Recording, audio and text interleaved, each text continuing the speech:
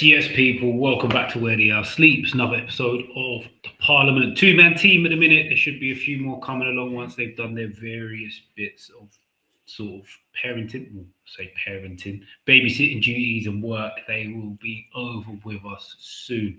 But Stocky, how you going? How is everything?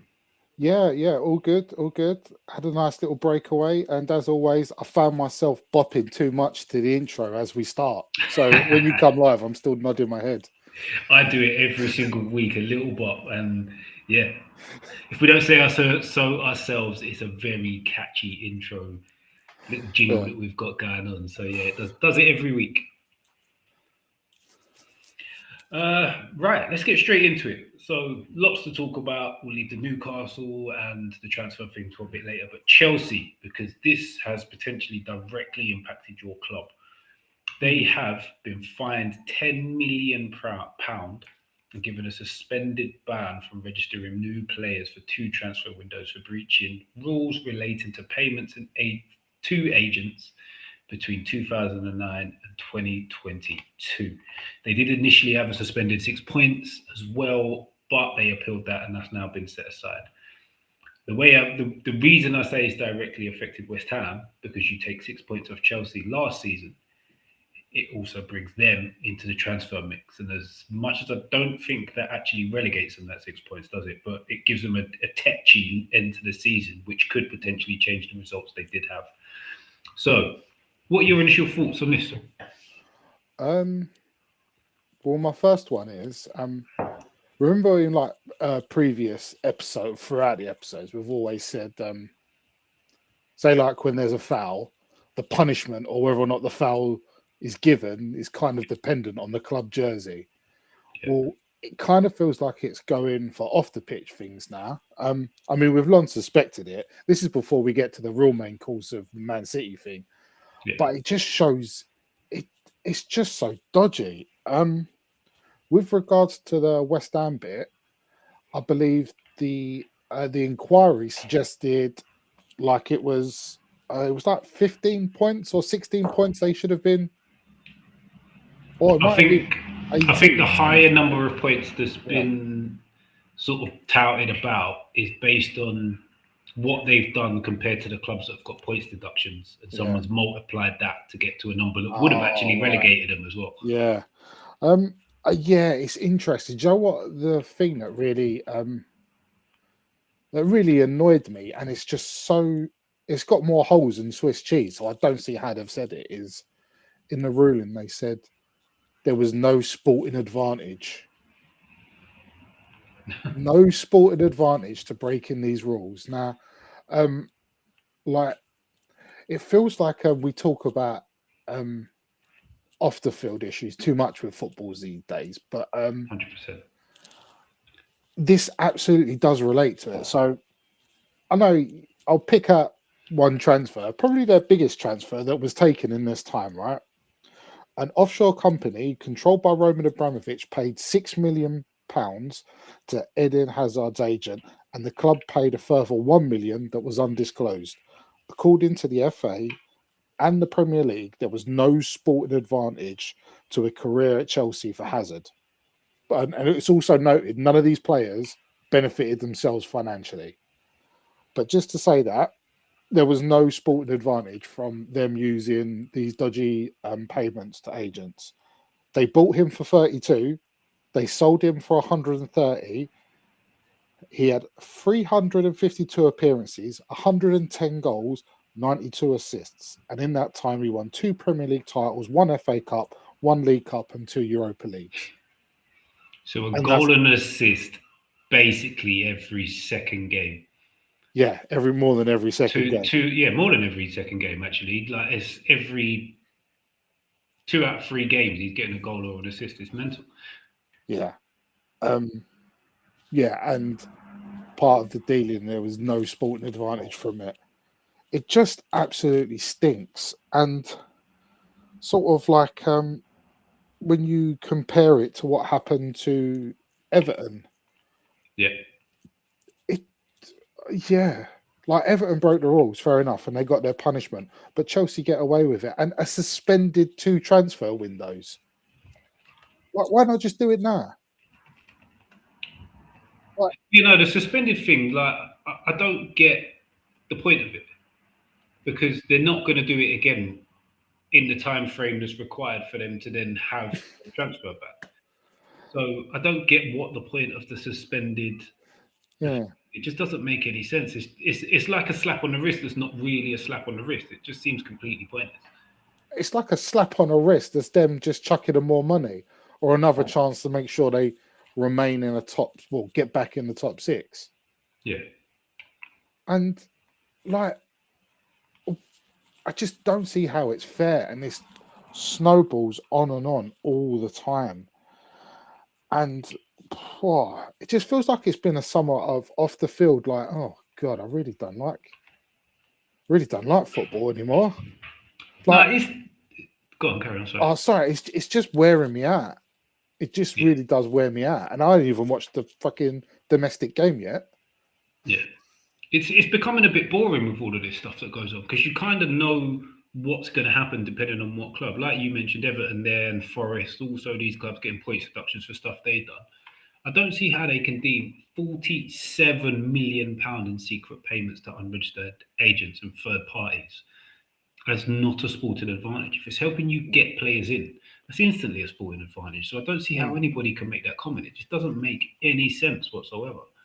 And this because they said that they'd made the breaches when they were going through the books, and it was the Roman Abramovich. So it's still the same club that won all of these things that generated all this money off these players, and that's before you go into say like Hazard shirt sales, and things like that. It's just bonkers. And like other teams lower down the pyramid have admitted to similar things. Like look at Luton. They said, "Oh, there's stuff wrong with the books," and they got kicked out of the league. Yeah, it's mental. It's not like this was a normal sale as well that went through. But Abramovich had to sell. He had been whatever he was doing made Chelsea get to a point that he could no longer be their owner. So he had to sell up. It's not like it went through the natural courses of a sale as well. So I don't get how that's an out. Yeah, they fessed up. Normally, if you plead guilty in a court of law, you get a little bit of a lenient sentence. They don't just completely ignore a load of stuff just because you've said that you did it. Because like what's happened here is they were initially given a £26 million fine. And because they said that they'd done it and that they found these discrepancies in the books, they reduced that to 17.25. And then they appealed that, and that was cut to 11.4. And then it got cut to 10 because they'd already paid some other fine somewhere else along the line. So they've taken £16 million off of a £26 million fine. They've not deducted the points they were going to deduct, and they've suspended the transfer ban, which basically means don't do it again for, 2 years? Or no, 2 windows. It's not even 2 years, it's 2 windows. So they've got a suspended ban for 2 windows that they don't need to do this again. And then nothing else happens. So they've been fined £10 million and they've benefited like massively for it. And then you get clubs that are trying to do things the right way and get hamstrung at every slight discrepancy that drops into the books. It's just not a fair way of doing things whatsoever for me. And I know people might watch this and see it and think, he's a Newcastle fan, he's whinging because they can't spend money. There will be streams of me. Stocky will back me up on this, that I've always said when Newcastle were talked about getting bought out, I don't want it that way. I don't want us to go out, splash the cash, and just buy everything. I want us to build as organically as we can. But this is literally hamstringing teams. Like even look at the summer's transfers. Villa, best player, gone. Tielemans, gone. Not because they can't pay money for players, but because they can't afford the wages that these other teams are paying. And everybody will look at transfer fees paid, but if you can only pay your highest paid earners, say 180 grand, because if you give him 250, 4 or 5 others will want 250, that's what fucks you with these new SCR rules. It's not to do with the transfer fees, but it's not as much to do with the transfer fees. It's more to do with the actual total player wages over the year. That's the stuff that completely messes you up. So it genuinely feels like they're trying to pull a trapdoor up and stop anybody else getting into that top echelon for a long period of time. Absolutely. It's been like it a long time. Been like Yeah. it a long time. Um, Also, a 10 million fine for a club that's worth over 2.5 billion or something. And just having a further look, the signings of Eden Hazard, Willian, Ramirez, David Luiz, Andre Schürrle, Nemanja Midic, and Samuel Eto'o, and there's three other unknown players. So you've just named what was that five you just reeled off there that One, had a two, three, massive impact four, on Chelsea five. football time at the time they played.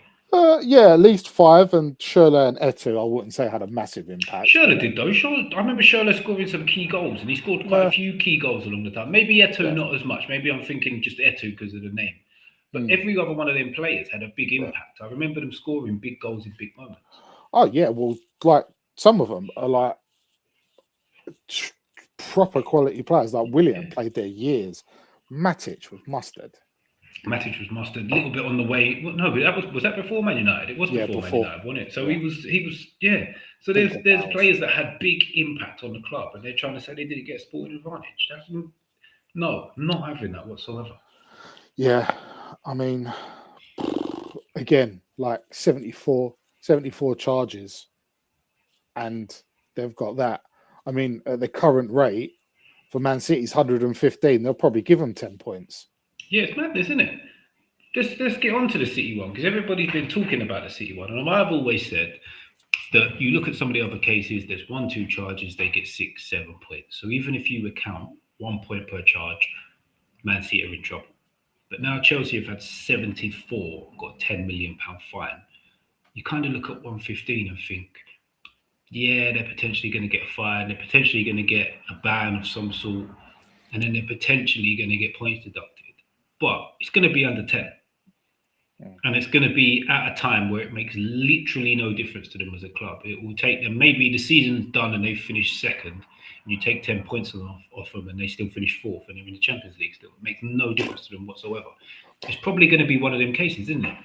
Yeah, I mean, potentially, depending how their season goes, they could, they'd still finish second. Yeah, Couldn't no, they they? could do. They could do. Um, I it, think they might have done. Even this season, if you took 10 points off them this season, they might have still finished second as well. yeah. Um, I mean, I've got no doubt that this inquiry probably had a slight influence on Pep leaving sooner. Um, I mean, again, it just stinks. Does it really take this long? No, it Because shouldn't do. obviously, I've got a problem with FA chucking around charges or willy nilly. Because, like, there's been plenty of other dramas at West Ham since then. But don't forget, FA threw bogus charges at Paqueta Yep. that essentially just destroyed his West Ham. It definitely destroyed his West Ham career and his proposed move to City. Yep. So, like, they're willing to do things like that, and that whole charge started after this 117 charges against Man City. So they managed to push the Paqueta one through quick. It was like they wanted to find an easy one whilst they were still getting hammered for not sorting this out. Yeah, 100%. And I understand these things ain't done at the click of a button, but this has been an awfully long time now. Yeah, it has. What's it been? It's been like nearly 3 years we've been hearing about it. It's got to be. Yeah. And although you can complain about, and by the way, no Premier League club or recent Premier League club is a saintly in all of this. They all do Oh, no. things that are, but to a degree, you'd say sort of like Arsenal, Liverpool, Tottenham. To a degree, they've kind of done it the right-ish, as right as you can, if you know what I mean. To a point, To a I have point, to yeah. agree. You've even got to throw Man United in there if you look at the organic growth they had to go through in the 90s.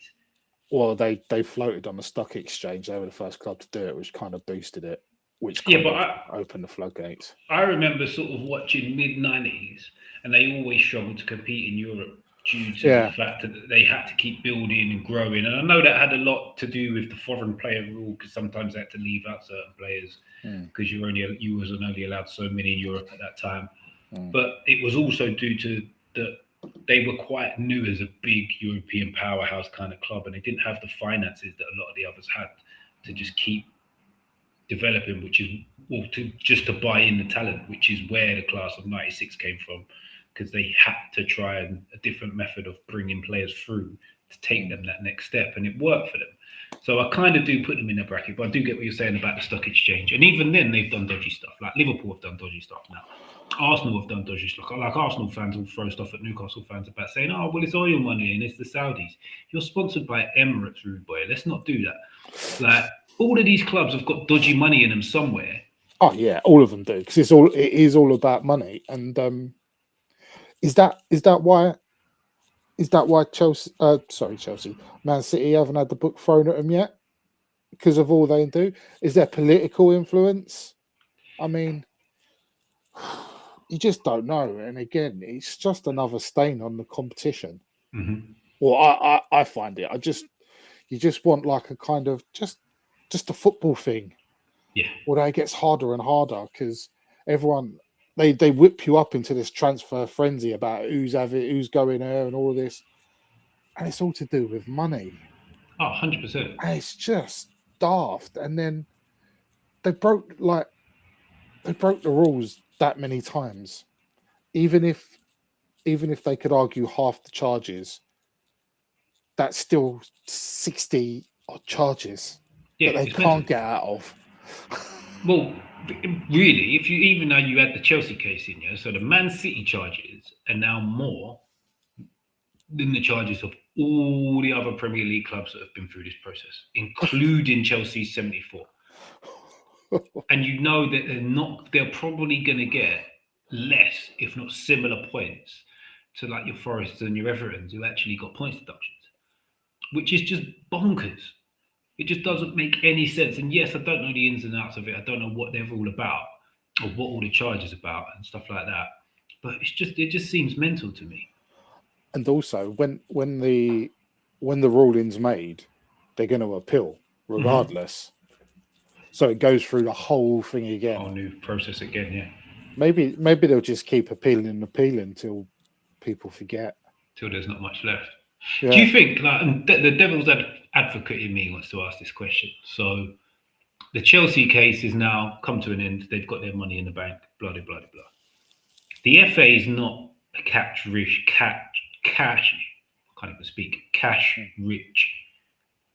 organisation. So do you think they have had to play a bit of a game here? Because obviously Chelsea have got mega money, Man City have got mega money. They're going to throw lawyer after lawyer after lawyer at this until it goes away. And they thought, right, at this point, we'll take the 10 million from Chelsea. And then we can keep funding this Man City case to keep that going, to make sure we can get that to a point where we also get a charge out of that. Because if they kept going with both at the same time, at some point, the money runs out because the FA isn't cash rich whatsoever. Mate, I've not thought of that. It's an interesting point. Do you know what it makes me think of? Simpsons. You know, whenever anyone tries to sue Mr. Burns, yeah. He presses the button and the doors open with all the lawyers, and like Homer's got Lionel Hutz. Mm-hmm. It is a bit like that, though, isn't it? Because you've got these big powerhouse organisations, which is what Man City and Chelsea are. States. Yeah. Man City is a state.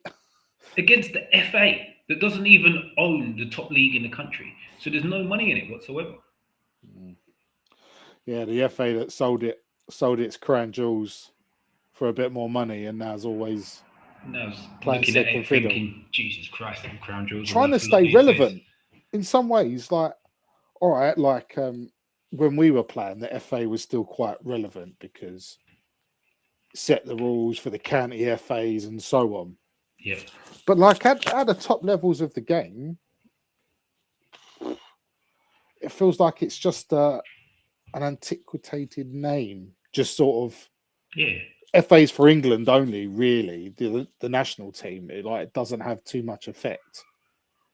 It's sort of play second fiddle to the Premier League and all of their 100%, because the Premier League's the money man, isn't it? The Premier League's what changed the face of English football, really. As soon as it became the Premier League, it changed everything.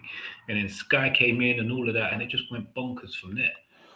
Yeah, I mean, you'd like to think that they wouldn't be that short for money. They'd have to do that, but it wouldn't surprise you. Is it just the FA bringing the charges against Man City, or is it the Premier League? No, it's the I'm pretty sure it's the FA. Don't think it is the Premier League. I don't think it's really got anything to do with the Premier League because the Premier League aren't actually the lawmakers. It's the FA. Oh, okay. So it would be FA, UEFA, FIFA rather than the individual competitions because Mm. in theory, the Premier League is an individual competition within the FA scope. Just like if Man City failed charges in the Champions League, it wouldn't have anything to do with Champions League to bring charges against Man City. It's UEFA Yeah, direct, isn't fair it? enough. Mm. So it's just the lawmakers more than anything. So it's a very strange one, and it's frustrating to see that these big clubs get away with just so much stuff consistently, and we've kind of got to sit here and just be like, oh well, that's the way it is because there's not really much you can do about it. You kind of give up. Yeah. You do give up, didn't you? Like, put it like this: West Ham got fined more for Tevez and Mascherano from all them years ago than Chelsea have. That is actually bonkers. It's actually bonkers. That is crazy. So Yeah. do you know you was talking about 15 points earlier? Mm. That would have relegated Chelsea. Do you think that the timing of this means that everybody's kind of thought we can't really do that now, can we? Yeah, Because it's if you all, reduce those 15 points now and you switch that round, the work that has to go in to remove Chelsea, insert West Ham, put Chelsea in the Championship is just like mammoth. we'll put it like this. I can understand why they didn't do it because you look at all players that are going out of West Ham. Mm-hmm. Well, you might not have had to sell them if you were still in the Premier League. Exactly. There's so many different ramifications. Alonso wouldn't be at Chelsea. Same as some of the players that they've signed as well. Exactly. So I can understand why they wouldn't do that. But you know what? Just slap them with a 15 now. That was gonna be my next point. Because it feels like regardless of when these cases finish, if it finishes mid-season, you should always apply it to the next season. Yeah. Because you could be in a position mid-season, say like let's use City for an example, could get to December, they're top of the league by 6 points, and the FA go, right, we're going to take 10 points off you. They're going to be like, right, well, we're second by 4 points now. We can still go and win the league. Which sort of, it's a bit of a hit, but mentality-wise, they're like, well, we've already opened up a 6 point gap in half a season. We'll make up 4 in another half a season. But if you hit them with 15 right at the start of the season, the mentality changes completely. So it's a bit of a double whammy, but it's the kind of thing I feel like these teams need to be hit with because you can't be doing stuff like this. Well, money doesn't bother them anymore. Yeah. So, I mean, they'll spend more than 10 million on like a 17-year-old they're never going to play again. Oh yeah. Further to this, you know what we were saying about comparing this to the Everton charges. Burnley sued Everton for 30 million as well. On top of that. Oh, did they? Yeah. Oh wow.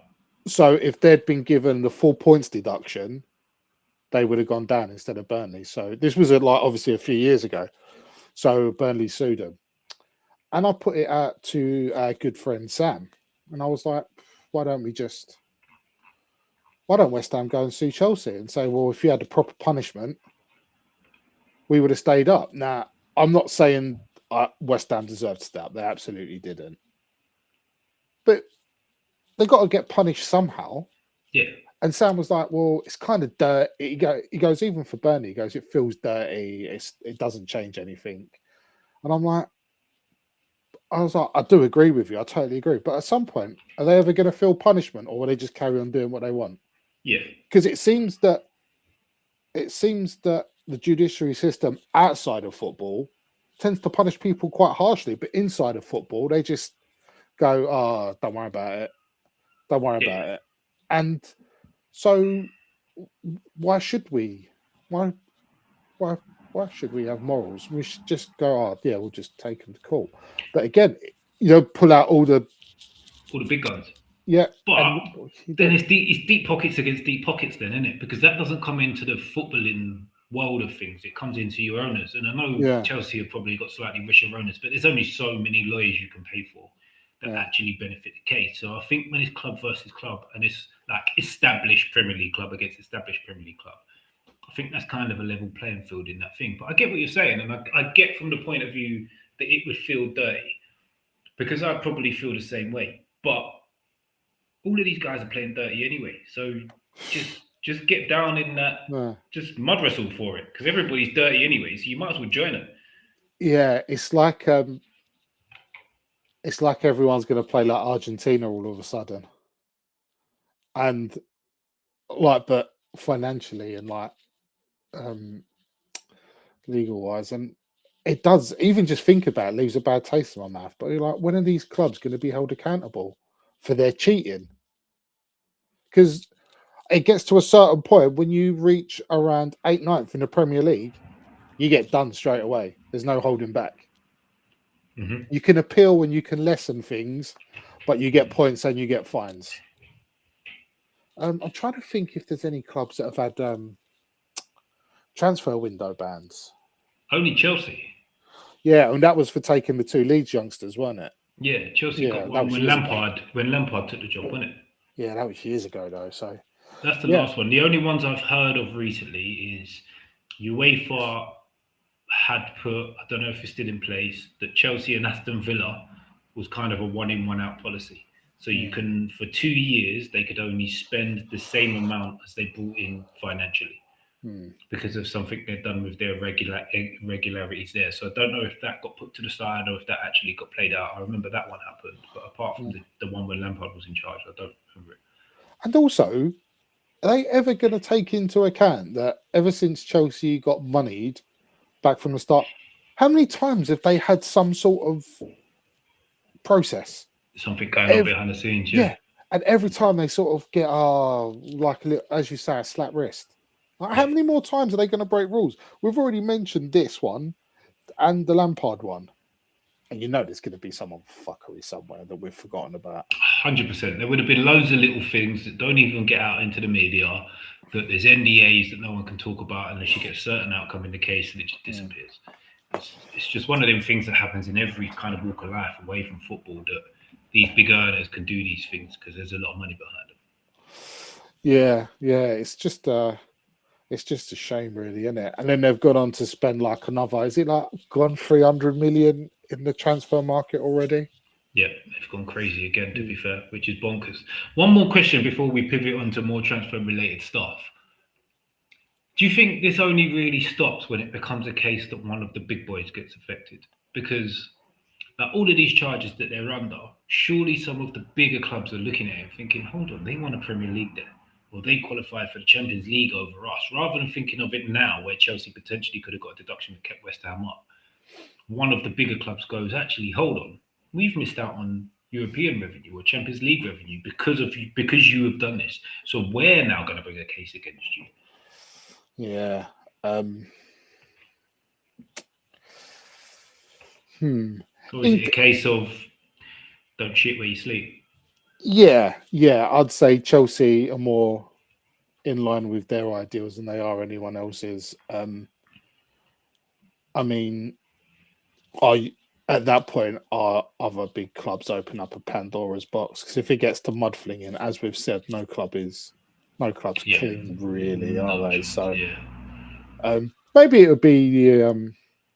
I don't know what you talk about in your other football WhatsApp groups, but in one of mine, we just sort of fantasize the day where the football money bubble pops, and then it just goes back to here's a football team with players from its locality, and they might sign one here and there, and they just play like that. It's not a £1 billion business anymore or whatever.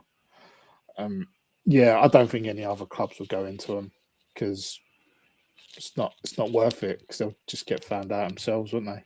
Yeah, it'd be a case someone else will bring another case on them, and it's a vicious circle, and that potentially is your transfer money. I mean, your football money bubble popping. Them all popping each other's bubble at the same time. So, hey, it might be a good thing overall. Right, let's have a little bit on transfers, because Newcastle are currently involved in a saga that is boring the hell out of me now. So Bruno Guimaraes to Arsenal, yeah, it is the most boring transfer saga I've heard in my life. And at this point, I just want it done. Either way, I could not care less anymore. Just if he's going, go. If he's staying, stay. But the point of this is, do you feel like these intermediaries, like your Ornsteins, like your Romanos, like I think his name's Sean Casey, there's all of these guys that aren't really journalists, but they have a link into the football agent world. And the agent or a club or a player leaks them a bit of information and says, right, we'll pay you this to put this out and push this narrative and push this narrative and push this narrative. So it forces the club who own that player into a position where they have to sell. Mm. Like, do you feel this kind of thing is just ruining football slightly, but transfer windows as a whole? Because I am so bored right now of just hearing every day that someone from one side goes, there's a bid in and it's going to be done. He's got a medical book for tomorrow, and then the other side come out and go, we've not had a bid. Oh yeah. I don't know. I think it's just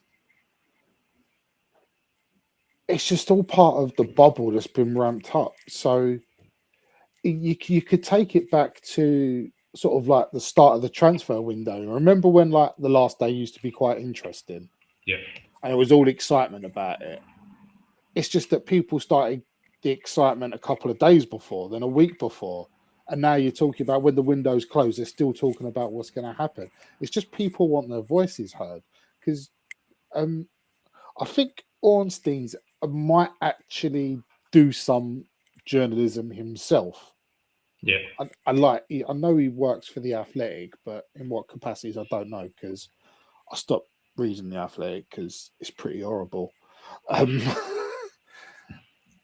But Romano, oh god, he's the pits, and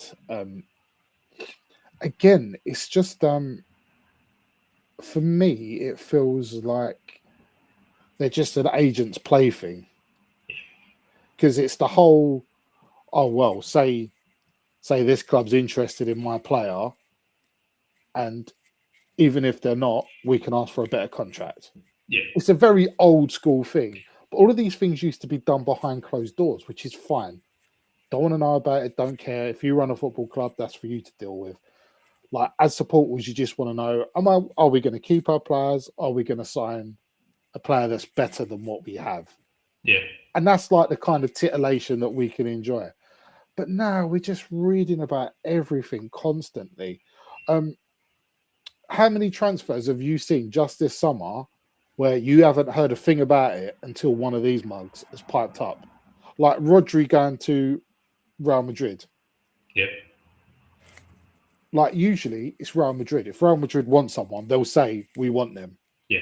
Because that's all they have to do. They're Real Madrid. Not a peep. Perez was quoted as we're not looking at Rodri. And it kept going and going and going and going. And now apparently they're sort of in negotiations. I'm like, well, that's purely from hearsay on social media. Yeah, it's bollocks. And not only do they get money for agents for saying this stuff, all of a sudden they start getting their own sort of advertising monies.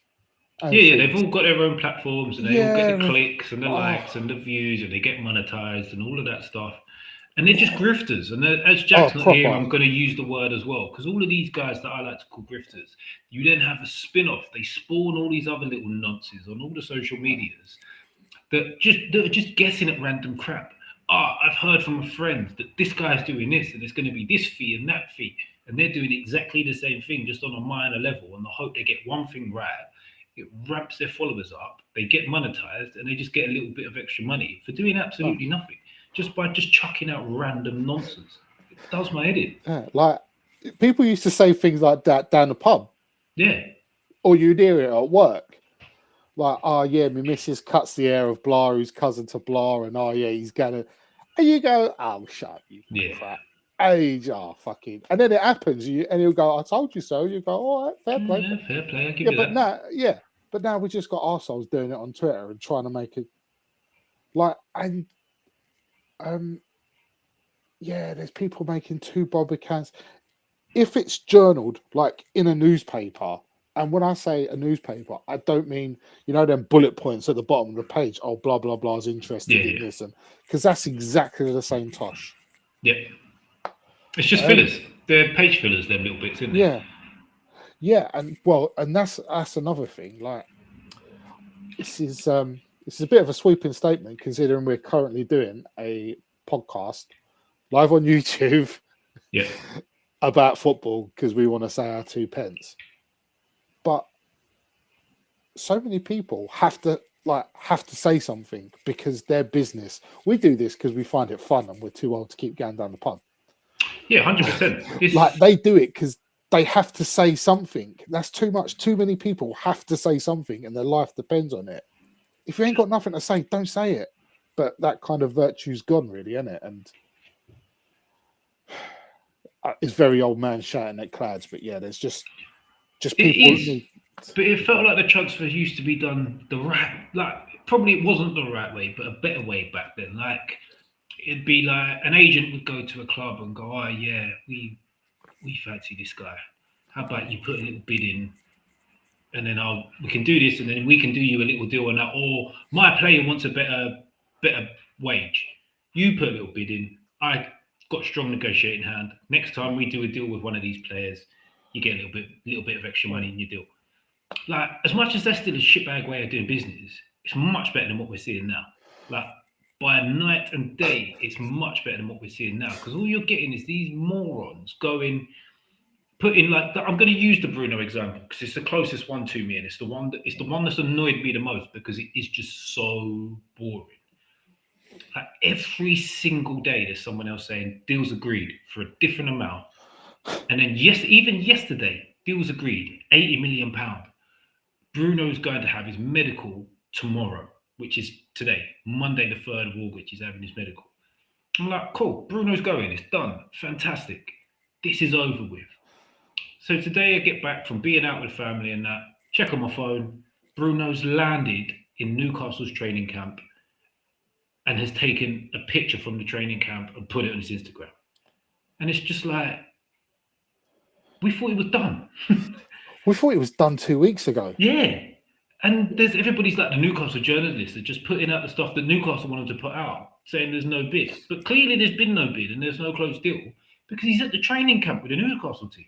Otherwise, he'd be somewhere else, off doing a medical or off signing something to get the move to Arsenal. So I just don't get how we get from the point of all of these guys going on about it and on about it to a point where I think most people are now sat from both sides are thinking, does this transfer even get done now? Well, it feels like it's the same thing with Vinicius Jr.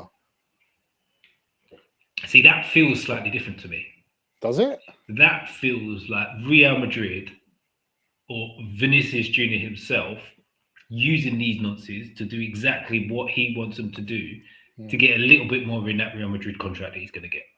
You see, I think that, but I thought that myself initially, but it's been going on a long time now. And yeah, do you know another thing, as with, when you said just before about how it used to happen? Yeah. When I was young, that was called tapping up and it was dodgy. How many times this summer have you read, oh, contract's been agreed with the players' representative and the buying club, but the two clubs have not yet spoken? Club talks, yeah. When did this become legal? It's not.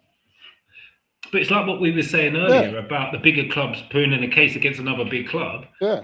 You just pull at the yarn and all of a sudden you get to the bottom and everybody's fucked. So it's just they've just let everybody go at it and just forget it. It's like a hardcore match in WWE.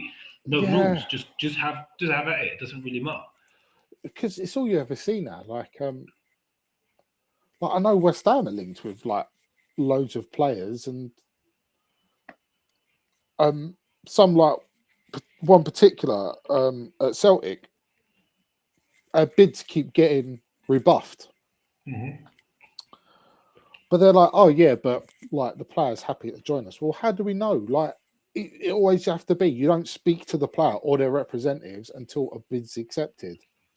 And in that, it seems like, oh, you circumnavigate that to get the player to agree and just say put in a transfer request or start kicking up, and then we'll get the free code. And it just stinks. It's just another thing where you think. But that is exactly why in all of these deals you'll see intermediaries. Yeah. Where they've had a chat and they've had a chat. So the agent hasn't spoke to anybody apart from his own intermediary. Mm. And then the club's intermediary has spoke to that intermediary. And really there's been no contact. Yeah. But factually there has, because it's just complete and utter nonsense. And it happens with every single transfer deal it happens with now. And it like you say, it is just tapping up. And I'm going to use another Newcastle example here. So Roberto De Zerbi came out and said that he spoke to Sandro Tonali after the Newcastle West Ham game, near the end of the season, and that's when they decided the deal was going to get done. Yeah, what? Like West Ham have had it loads of time with players getting tapped up like openly by managers, like the amount they did with Arsenal did with Rice. Yeah. But because it's a bigger club on a smaller club, they don't worry. Or in this case, not that Newcastle are a small club, but sort of Arsenal they are a very big club, but they make bigger noise. And it just seems to be accepted because it just seems to be accepted that they can just do as they want. They want Bruno, so they can do whatever they want really till he's theirs. And that's not how it goes. Now it feels like contracts really ain't worth the paper they're written on. No, they're not. They're not whatsoever, because players can force moves and all these little things like that. It is just such a bonkers way of going about things, to be honest. And it feels like I'm actually going to big up Tottenham here, because as much as we said about the tapping up thing, Tottenham came to the table and said, look, this has happened. Sandro Tonali's open to the move. What's the price? We went, this is the price. And they went, cool, here's the money. Deal done. Done that with us. With Fernandes. Done in no time. Deal done. And yes, maybe they're in a slightly more desperate position than Arsenal are, but that's how you do business. Like there would have been haggling, but it didn't need to be the level of haggling of, let's tell Ornstein that this has happened so that we can get £5 million off here, or potentially get £5 million off here. It was done, like men, back and forth, done deal. Shake hand, bid in, accept. Easy. Very smooth business. Big up Tottenham for that, because what Arsenal are doing right now, it feels like bully boy tactics that just don't work with Newcastle at the minute. They keep going on, like I see Arsenal fans on X, they're pretty much all morons, but like they'll say stuff like Newcastle were this small club and they should just do this and they should just do that because they're a tiny club. But what you need to realise is Newcastle might not be as big a club as an Arsenal, but they're run by very big, powerful finance people. They're going to hold out for their price. They don't need your money. They're going to hold on and hold it. The price is the price. So don't think this putting it out to these nonsense in the media is going to bring the price down to this random 65 mil number that they had. It's 80 to 85 mil or up. Whatever the price is Newcastle have quoted, that won't come down. Pay it. Liverpool tried it last year. Isak went on strike. The season has started. Isak was still on strike. We got the number. We will get the number. Just understand that. As much as you may be able to pay bigger wages and you're a bigger club, we'll get our number. Yeah. On a similar note, mate, from my perspective, when West Ham was selling Fernandes, the amount of Man United, and I know with Man United it's different because they have got an untold amount of Twitter followers and all of that shit, and people that have never watched, they watch football, but they've never been to all that kind of shit, right? Yeah. And they're like, West Ham are just a small 2-bit club. Just shut up. Take what you get. You're relegated. You're nothing. You're shit. We'll take Bowen and blah, blah, blah, blah. They didn't pay the money. They didn't pay what we wanted. Tottenham did. Yeah. And I know Tottenham have to do that. Tottenham have to pay more money to get bids accepted because they've not had a very good few years. But that's their prerogative. If they want these players, just because a bigger team wants them, it's business. Yeah. And it'll be the same when you want to buy a replacement, Mitch. If you're after a player another team are, well, you're gonna have to pay a bit more over the odds to make sure You're they gonna have to come pay to the you. money. Yeah. It's simple as it's pay the money. There's probably a couple of players in this window that we've overpaid for, but we've gone to the club and they said, this is the fee. It's the player we want. We go and pay the fee. It's a pretty simple way of doing business. Like even on what you were saying there, like Man United fans, yeah, you're probably the biggest. Well, you are the biggest club in the country. Historically, you've won the most Premier Leagues, and you've done all of this, and you've been in the Champions League however many seasons since the Premier League started, and all of that good stuff. But the fact is, you've been run by dickheads for so long that you can't pay the same money as Tottenham can pay now. So what does that say about Man United? Yeah. Yeah. Yeah, it's like living off the past essentially. And yeah, again, it's just people that just want to shout and holler for the sake of being heard, just for a few likes and retweets Yeah, with very little knowledge yeah, with the actual game and then how it's done off the field as well. Yeah, it's just because they really want their team to do well, so everyone else is shit in comparison. It's that weird tunnel vision thing, isn't it, where they only enjoy football through the prism of their own team. yeah. I do love a factually incorrect joke as well. I see one. I think it might have been yesterday. Someone put out. Once we buy Bruno, Newcastle will be back to 15th every season. And I thought, interesting. Let me have a look. Newcastle finished 15 once, ever in the Premier League, and only twice below that. So that's 3 seasons out of what are we in? Season 24? So you take 2 off for the 2 years in the Championship. No, mate, 24, 34. 34. So season 34. So take off 2 for the 2 years we was in the Championship. So in 32 seasons, I know we missed the first season as well. So 31 seasons, there's only 3 times we finished 15th or below. Like, shut the hell up if you don't know what you're talking about. But that's the thing. There's so many of them. They're empowered by each other. Yeah. It's just in life in general. Retweeting and laughing. Hey, it's like that other pod you do, mate. When you get onto the political things, the masses, they just bleat really loudly, and because there are other people bleating, they think they're right. Yes. That's exactly what it is. If you put too many idiots together, they'll form a motion of idiots that all think they're correct because they're backed up by a similar idiot. Yeah. Yeah, it's madness. It's mad. This all leads back to something. I saw a sign. I think I've said it on here before. I've said it somewhere else online before. I saw a sign by Liverpool Street one time that said, "Stop making stupid people famous." We need to stop doing that. Because these stupid people are just making more stupid people have louder views that just breeds more stupid people. Like, let's put out at least some good information that is backed up by some kind of fact or some kind of knowledge, rather than the nonsense all the time. Because like I said at the very start, it gets very boring very quickly. Yeah, and I won't prioritize my football fandom over someone else's, but I would say mine's more for the love of the game than the love of my club.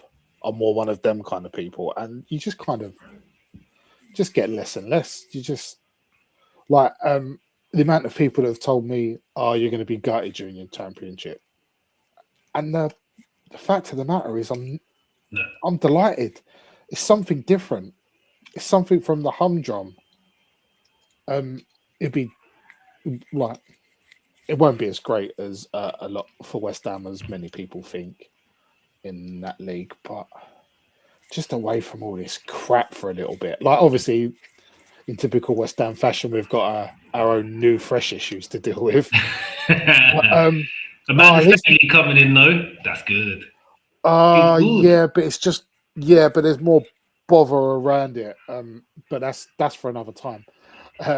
Just to get away from all of this, just constant noise. Yeah, detracts from the game. It certainly does, and I've said it many a time. I should have wore this next week because we're doing a bit on the Champo. This is the shirt from my favourite Newcastle season ever in the Championship. So it's not all doom and gloom. You're sad for a couple of days, couple of hours, whatever it is. Then you think, actually, that little snippet of fun from winning more Saturdays than not next season, Saturdays and Wednesdays really next season, is better than just being also runs in the Premier League. Oh, absolutely. Always. Like if you support a club, and getting relegated really affects you longer than I can't even put a time, but if it really affects you that bad, I think it's more of a you problem than a football problem. Yeah. Unless you work for the club and you lose your job, that would be totally agreeable. But if you're a supporter and it like, come on, there's more important things. Yeah, 100%. Even on It's the most important, not important thing. Even on here, if Newcastle got relegated and I went on a rival show, it would take one show for them to get it all out, and then it'd be like, well, I probably wouldn't get invited back because it's a Premier League show, but Yeah. I'd have one final show where they would just rip me to pieces, and they'd be like, yeah, you can't come on anymore. Mate, well, look, I've been saying it. We can do our own Champo one. Come join us. Hey, to be fair, we're going to have a lot more Champo talk this season. A lot more Champo. A lot more EFL talk in general, to be honest. We're going to do more and more of that. Right. I'm guessing the other two aren't coming. It's been an hour. We might as well just keep rolling with it. The last thing I wanted to talk about, because as you can see in the image at the bottom, press in case of emergency. At the top of that image, it says full reset with a Newcastle emblem underneath. We have pressed that button this season. This summer window, we came back. Everything seemed to be okay. We came back and we just went, nah, fuck that. Boom. Press the emergency button. Full reset is enabled. Eddie Howe's gone. Tonali's gone. Gordon's gone. Bruno looks on the way out. Man United are sniffing around Lewis Hall. Newcastle have brought in 5 new players, 2 midfielders, got 2 goalkeepers, and a winger. We're looking at 2 more midfielders, potentially looking at another winger as well, and there's talk of fullback cover. I'm excited. I've said this to so many Newcastle fans, and they're like, "Oh, Mitch, what's wrong with you, man?" But I'm not excited thinking we're going to go on and we're going to be in the Champions League next season and we're going to be amazing. I just feel this reset was needed, and it had been needed for a while. Not the Eddie Howe part, because I still think Eddie Howe would have been the best man for the job, but he decided he's not the man. He's too tired. He needs a break. Good. But we've always been too reliant on certain players. So we signed Bruno Guimaraes when he was easily our best player. The only player that probably could have moved on to bigger and better things when we signed him. And now we're bringing in this young crop of really talented looking players. Fair enough, I've only done Dennis Wise scouting. I've looked on YouTube, but they look like a very talented set of young players. And I'm excited to see what they can do. And I'm now excited to see what this new look Newcastle will be like. Because I feel that as much as right now, the team and the squad might not be good as it was at the beginning of last season, I feel like this team and squad already has a higher ceiling than what we had going into this window. Not sure what you think about it, Stocks. I'm not sure how much you know about any of the players, but that's where my excitement comes from, because it feels like we might have one shit season or one not great season, but it feels like from there we're just going to start building and building and building and just become this side that's quite exciting to watch. And we've got various stars who are stars in their own right that all do their own little bit, rather than no Bruno, no points. Yeah, it's interesting. I didn't know you'd signed 5. So I kind of get secondary hand Newcastle stuff through the Owls sort of like X account. So I'll pick up on things and it sort of gets onto mine. And I've only kind of seen the more doom and gloom bits, if you know what I mean. Like, I didn't know you. I know you signed a keeper, and his nickname's Horny. Yeah, and Horny Sheck. Yeah, and you signed. I know you signed another. I didn't know 5. 5, yeah. So it's that guy Hornicek. We've signed Ewan Jawan, who's another French goalkeeper.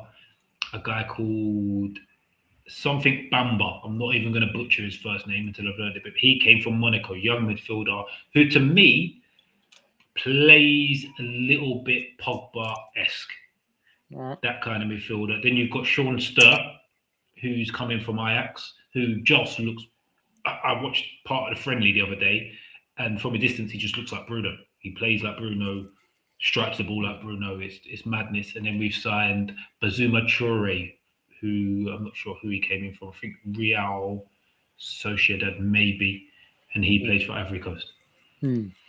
See, I find that interesting, and I find it very interesting that you say he looks like a Bruno replacement because my kind of, although obviously I won't read into like, and I won't stay abreast of the Newcastle stuff as much as you, but a club's trajectory is not constant.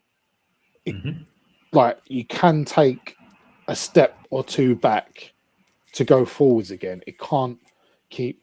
And from my point of view, Eddie Howe, that trajectory went straight up very, very quick. He really maximised that group, took them on, improved a lot. He brought in a lot of good players, and you got to sort of like that Champions League level, and you did well, but it's very hard to maintain it. Very hard. And, you know, the Isaac thing was incredibly destabilizing. And then, I know from you, and like I say, from you and from what I read, well, again, what you read off X, so it's not exactly gospel, is it? But like some people are saying, he's bringing them in, and these players, you've paid a lot of money to try and continue it, and it faltered. You got a lot more faith in him than I have, and cool, dear, if Staveley gets it, I'll be soon finding out how much faith I've got in him, no doubt. Yeah, see, I see it faltered and it stuttered a bit, and you got a lot of these players like that want to move on, and how much more money can you give them? You can't really, can you? No. So you just got to sell them and start again. And could Hal see himself doing it again? Because he done a lot in a very, very short space of time. Can you do that again? And I actually quite rate him.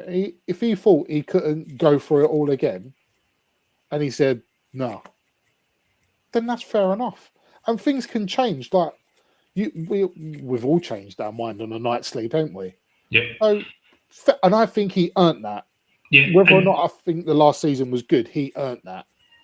And the bit that I left out was he made the club aware of this before he went on holiday. And the club turned around and said, go away, have your rest, come back, let us know what you think when you get back. And he got back from his holiday and he came back in and he went, nah, I haven't got it. It's just not there. He looks very tired and he has done for a long time. And he just went, no, I haven't got it. And the club turned around and went, let us find our replacement and then you can go. And you can go on your terms and we'll make it as easy for you as humanly possible. And like you say, you rate it. That is what I rate about this. Because Eddie Howe easily could have come back and said, actually, I'll give it a go. Knowing in his heart of hearts that he didn't have the energy for it anymore. It's easier to stay than walk. Yeah. Have shit 10 games, get sacked, get massive payout. He's walked away from a massive payout. Because if it didn't work, he would have got sacked and he would have got paid out. So that's why I rate it, because near enough every other manager in football would have stayed and waited for the payout. And he hasn't done it in a cowardly way. He hasn't done it in a sneaky way. He's literally rocked up and said, I'm tired. I need to get out of this. And this is what I always talk about, the cycles in football. These Arsenal fans going on about dominations. Football tends to have a 4 or 5 year cycle. The top managers, they do 4 or 5 years, they fall off a bit, they come back again. Or they leave. Klopp left. Pep's a unique freak who's stayed for stupidly long. Ferguson, unique freak. Wenger, unique freak. But apart from Ferguson and Pep, there was peaks and troughs. So it was attack for a few years, try and win everything you can, and then a dip where you don't win anything for a few years, and then you go again after you've had your reset. And Eddie Howe's just got to that point. This would have been year 5. I think November would be 5 years. And he's putting everything for 5 years. So rate him to the highest. Going back to you saying like the freaks, I always steal this analogy from NFL. Because they used it about the Seahawks coach, the old coach. I've forgotten his name now. Anyway, it's you either change the message or you change the people listening to the message. Yeah. Ferguson changed players. Wenger changed players. Pep changed a lot of players. if people ain't listening to your message anymore, get people in that will. Yeah.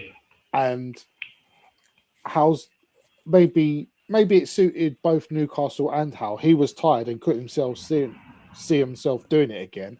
And Newcastle were like, well, maybe it's time to change the message. Maybe that's a convenient end to this chapter. We'll start again. And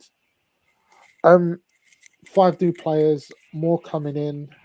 Remember when you had that real boom a few years ago where you had like fantastic transfer period where you was like buying in Kabay and selling him on and all of that. Last summer's the only summer that's really changed. Yeah.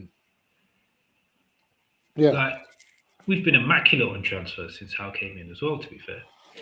Yeah, so you just sort of, it could be a summer like that where you're going to get rid of all of these, what you'd say, sort of top stars, and we'll let Anthony Gordon join in on that.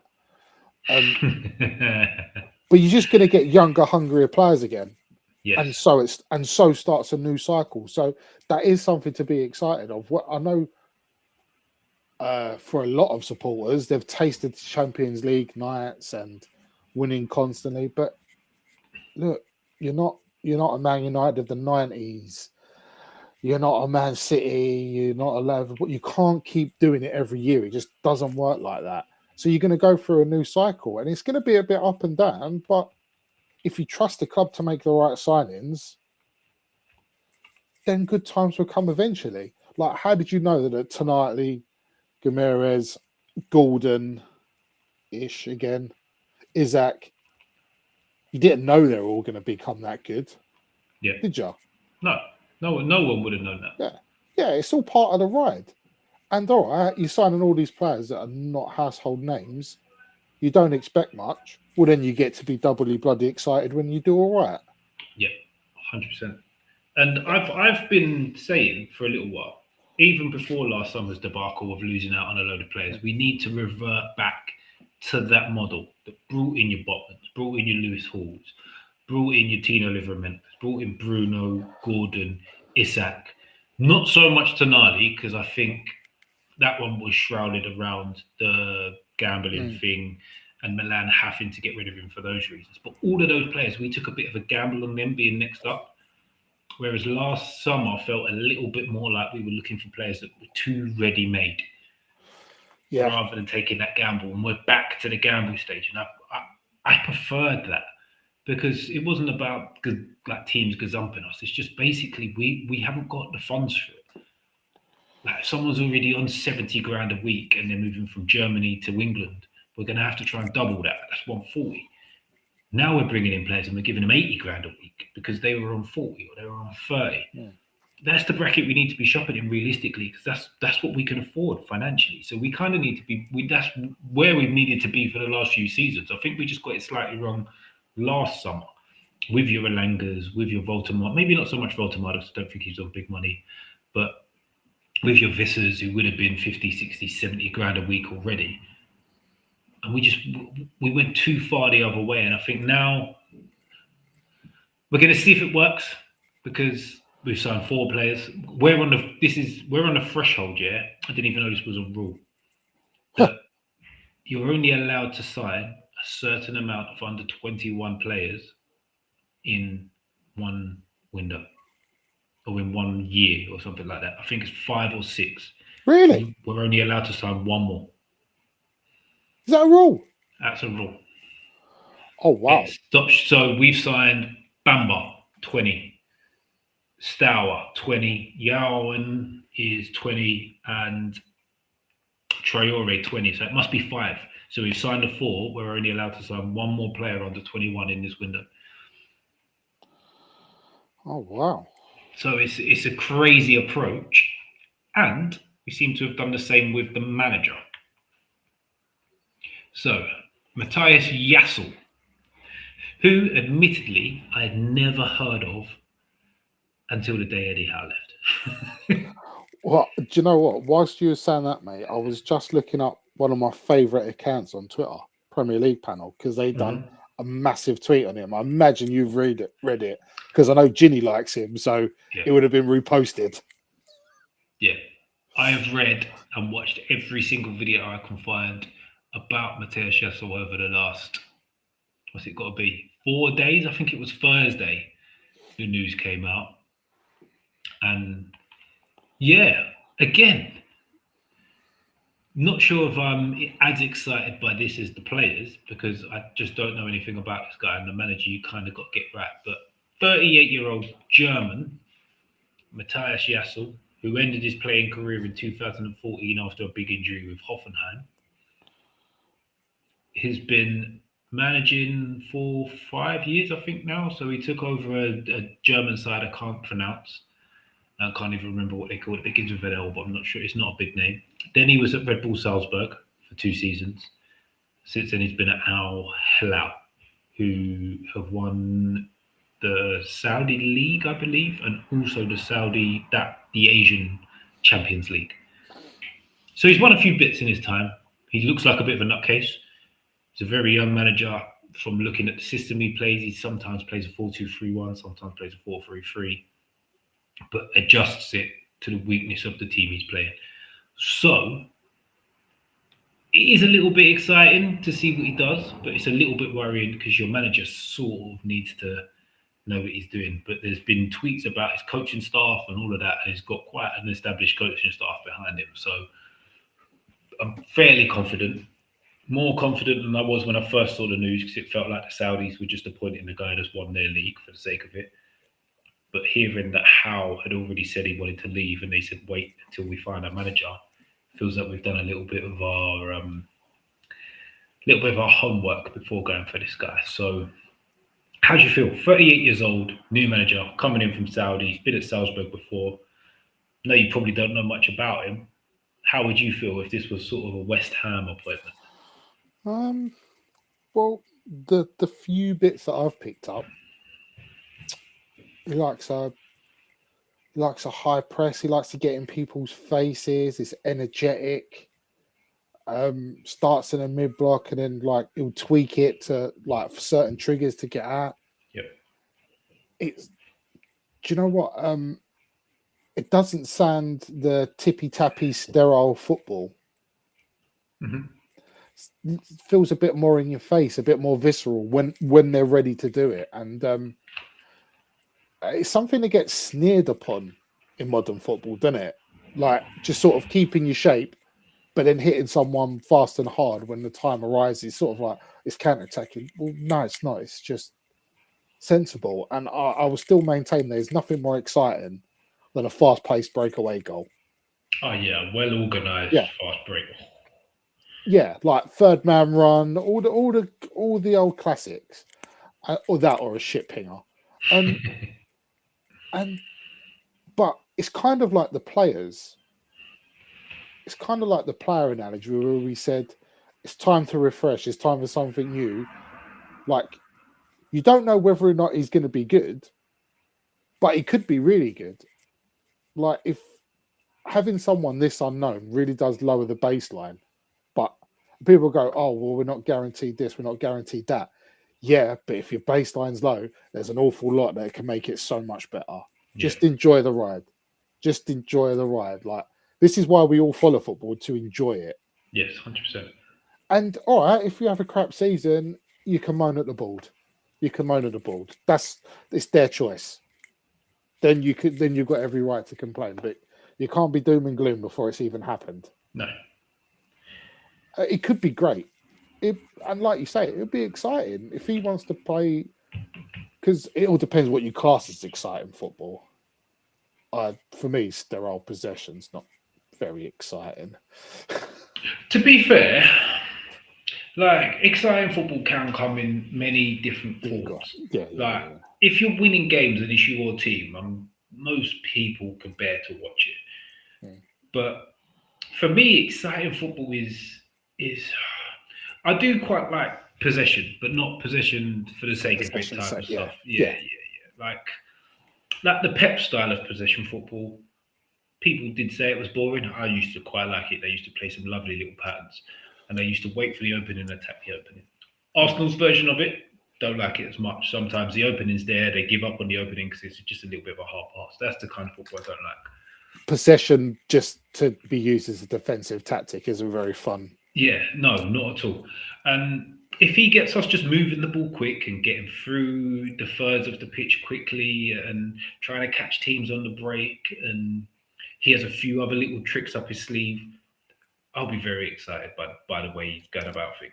Yeah, And Newcastle fans seem to have gone away from what we've always said for many years is we don't demand teams that win every week.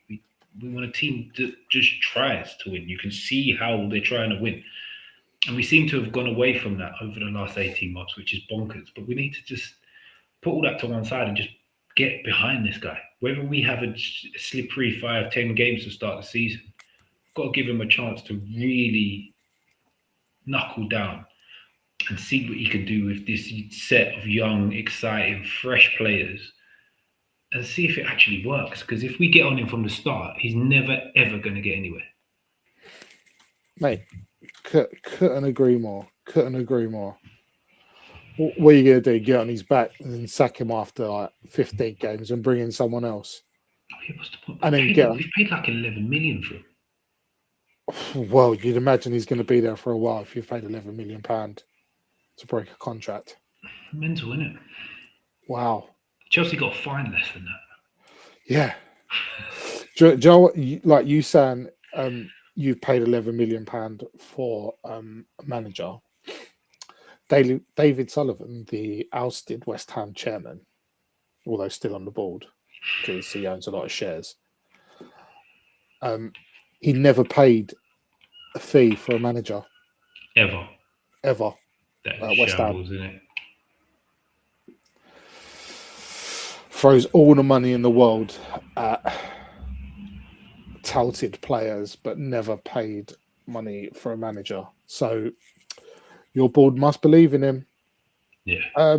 Who other than the chairman, who you got making football decisions behind the scenes? Is there any like former players or no, footballs the or any of team's that jazz? completely changed. There's a guy called Hopkins. Next to Hopkins, he's sort of like the behind the scenes guy. The guy that's the main face. Why has his name slipped out? Ross Wilson is our sporting director. He seems to be the face of it all, the guy that makes decisions. We've got a data analyst, which is around recruitment, and I'm guessing that includes manager. His name, I'm just going to call him Suds because he has quite a long Indian-sounding name, and I will not be butchering that. So Suds puts all the information together from the data perspective. That gets fed into the team, and they go from there. And that's for players, and I'm assuming that falls into the manager as well, because looking at Yassel, I hope that's how you pronounce it. Sure, we'll find out very soon if it's not. I wouldn't say he's a carbon copy of Howe, but he's similar enough to know that the players that are already here and have worked under Howe will be able to play under him. I mean, that's the kind of, I said, like you change the message or you change those listening to the message, but you still need someone that's going to be able to work with what you've got. You can't just go and buy. You can't just go night and day and expect it to work off the bat. Yeah. I mean, it's easy for me to be positive about your club because I'm too busy being miserable about mine sometimes. It's easy to be positive for someone else's club because it's not your feelings, isn't it? But yeah, like it might be good, it might be bad. Just enjoy the ride.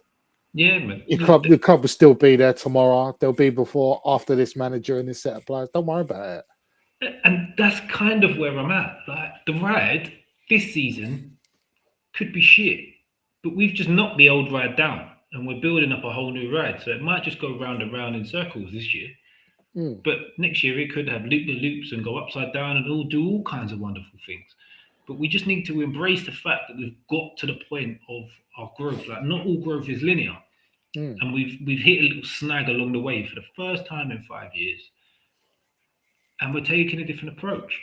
So regardless of what happens this season, can't be all doom and gloom at any point. We've just got to get on with it and knuckle down. And if by some miracle this geezer can convince Bruno to stay, then I feel that the Newcastle fans should actually be quite optimistic of how good this season's going to be, because I think he could be the architect behind bringing all of these young players through. Like I said about Sean Sturr, is like a carbon copy of Bruno. If he could work alongside him and train with him for a season, I think that would be massive for his development. Yeah, interesting. From what you've read, is there much chance of Bruno staying? Because obviously, I'm only flooded with an Arsenal perspective because everyone seems to, for everyone tags in Arsenal, they get more clickies and viewies, don't they? Yeah, well, it's one of them that for every normal fan on X, there's 92 Arsenal fans, so you tend to see more Arsenal stuff on there. I would say there's a slight chance. And I would say there's a slight chance because Arsenal were just titting about too much. And I'm not sure they're going to go to the number. And I've said this all along. The reason this deal doesn't happen is because Arsenal don't get to the number. And for any Arsenal fans watching this, especially Olu and Stefan from the rivals, make sure you fucking get this done because your Premier League win is going to seem a very long time ago if we get a month down the line from today and Bruno stood at the club, because I'm going to be at your fucking neck consistently about how much of a shitbag your club is. Couldn't even get the done deal. There'll be, well, if I was Arsenal, I'd really be knocking down the door to get this done because they've knackered out Rice, they've knackered out Saliba. Yeah. Needs to be done this week. Newcastle will want it done this week because that leaves us with 3 weeks to sort out replacement, do all our other deals. So pull your fucking finger out, give us the money. If you're not going to give us the money, go away and let us build into the new season, because that's the point we're at right now. And I think most Newcastle fans are in exactly the same spot. We've come to the conclusion that Bruno's going to leave. He's given us everything for however long he's been there. I think it's been 4.5 seasons. He's given us absolutely everything. He's gone about it a slightly shitbag kind of way. I'm not going to call him a rat like he said last summer. He's been a bit of a shitbag about it. But we've always known Bruno's a bit of a shitbag. So we're just going to have to accept that and get on with it. And we've accepted he's going to leave. If he now doesn't leave, it's a plus. But if he does, all of your jokes you've used them all. So it's pointless even running them jokes. And they're actually getting boring now. So come on, new material. Let's get it done. Let's get moving because we've got an exciting season to prepare for. I saw a rumor about Hull. Is there any foundation in that?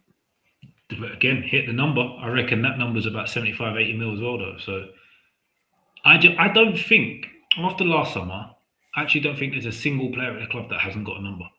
But all of the numbers are high. Like Tonali, 100 mil, ridiculous. Anthony Gordon, what is it, 80, 85 mil? Ridiculous. Bruno, which is going to be 80, 85 mil. For the talent, not ridiculous, but for a 28, 29-year-old in November, it's a lot of fucking money. How long's left on his contract, mate? Who, Halls? No, Bruno. I think Bruno's got 2 plus 1. 2 plus 1 option. One as an option, I think. Okay, because I was wondering, because I've seen a lot of like 50s and 60 millions, and I'm like, there's no way a plug-in and play player can be worth that much less than Fernandez, who West Ham sold. Like, that's bananas. Like, surely you're asking for much more than 60. It's just an age thing. But like, it's not like footballers are knackered at 33 like they used to be in the 70s. Actually, his contract renewed until no. Let me see if I can find this. Why is this telling me 2023? That's like fucking 2 years ago. So it's 2 plus 1. So he's got two plus 1. There's an option in there for an extra year, and he's got 2 remaining already. Yeah, so there's still plenty of time. Oh yeah, I found it a ridiculously cheap transfer fee. It's not going to be 50, 60, 65. It's going to be 85 is going to be the minimum, I think, when you add in with all the add-ons. I actually think the base is going to be 80. Yeah, that would seem That would seem a better price for you to. And how much did you bring him in for again? 34. Yeah.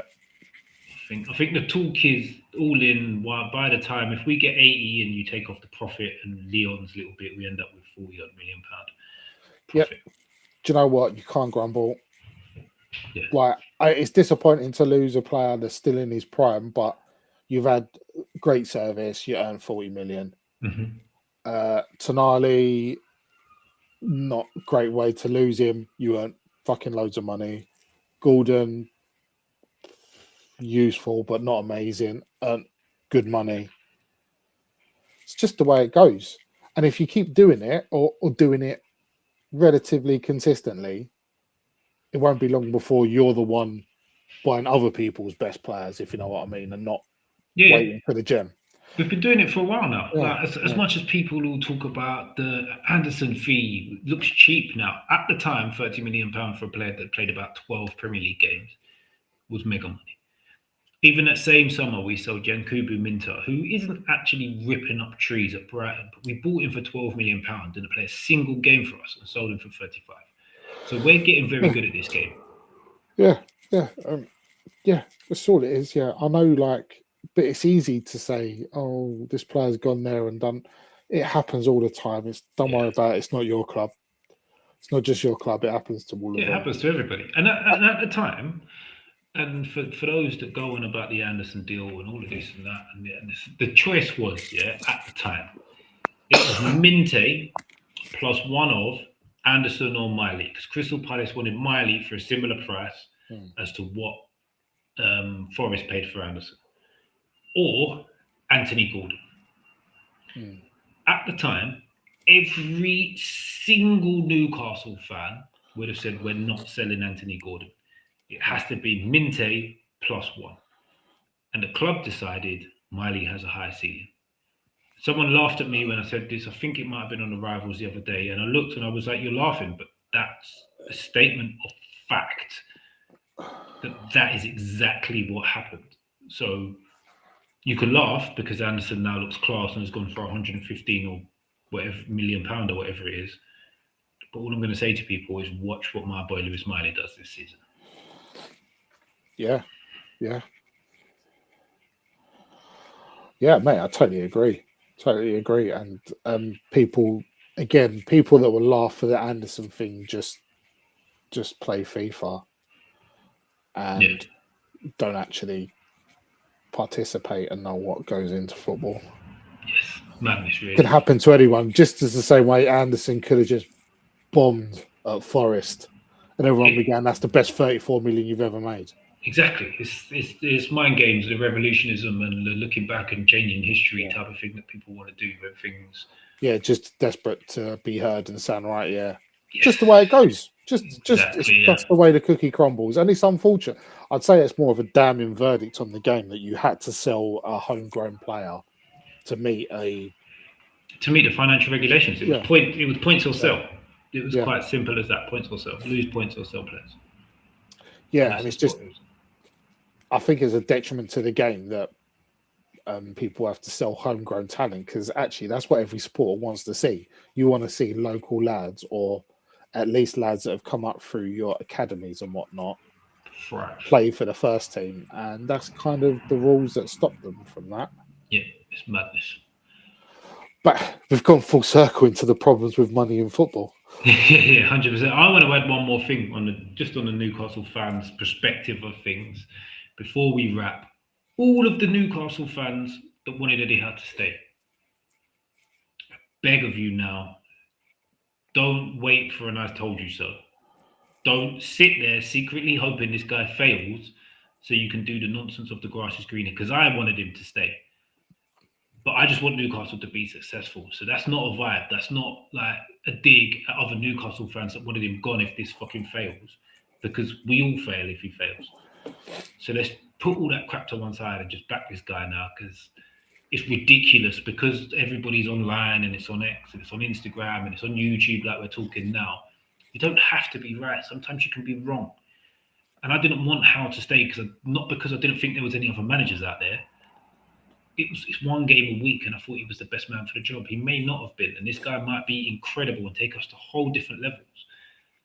But no, neither way, that's an I told you so. Because Howe's done better than any other Newcastle manager ever. And if this guy comes in and does well, great. If he fails, he fails. We move on. I don't want to see I told you so is all that bollocks. So let's not do that. It's not something we do as a club. That's an Arsenal thing. That's not a Newcastle thing. Oh, mate, it's a West Ham thing. It's pathetic, isn't it? It's one of the most pathetic things that seems to have come in today's game. That fans against fans of the same club want to have I told you so moment, even though the club's failing. It's like we all lose in this situation. No one wins. What's happening here? Yeah. Remember, you support the club. Fanatics would go up and down, support the club throughout. Like I say, I wanted Moyes to stay, and a lot of people wanted them to go. And then when we were better, one side would say "told you so," and when we were worse, the other side will say, "Oh, we should have stuck with Moyes." It's just not very healthy. And then imagine if you're going to football and you're surrounded by people that are doing that. It's so, and especially when you feel a different way. Because I've sat around people that were just slagging him off constantly. I'm like, well, still doing an all right job. Yeah. Like, just back the side. Support that. That's what it is. It's all about that there. It's about the club. It's about the emblem. It's not about anything else. Managers, players, owners, all of these people come and go. The club doesn't change. The emblem probably does change from time to time, but the club itself doesn't. The supporters, the important part of the club, always stay the same. That's the bit you should worry about. And now this is a time we need to be united. It's in the fucking name. Let's be united. Absolutely. Back the man. I used to back Potter, and I'm so glad we got rid of him because now I can slag him off to my heart's content. Fucking charlatan. Yeah. So if you don't like him, just hold out. Just suffer in silence. Suffer in silence, and then if he does well, you can say I always backed him, and no one will know any different. It's a win-win. Oh, quality stuff. Right, Stocks. Anything else you want to add? No, mate. I'm going to save all my good stuff for a potential EFL special next week. Yes, not a potential. That's what's happening next week. First of all, like, share, subscribe, tell a friend, all that good stuff. Get the hypes in if you're watching back on playback rather than live. And next week, as Stocky said, we will be doing an EFL special. We'll be mainly focused around the championship because we will have various championship club supporters. So you've got John, Southampton, Jack, Bolton, Stocky, West Ham. Even going to reach out to Sam Hargreaves, who's a Burnley fan, see if we can have one more championship supporter into the mix. Or see if we can make it a bumper show. We got another Champo supporting friend we could ask, mate. Who am I missing? Sinclair. I'm going to reach out to Sinclair as well. So that could be bumper show. 5 championship supporters on the same show. We're going to go through the championship. We're going to do a little bit on League One, a little bit on League Two as well. And we're going to see where I completely lost what I was going to say there. We're going to see where the ground lies, and we're going to see what comes out, who we think is going to be in the promotion race, the title race, relegation, all of that good stuff. So if you support a championship team, be back next week, Monday, 8 p.m. But until then, peace out, people. See you, everyone.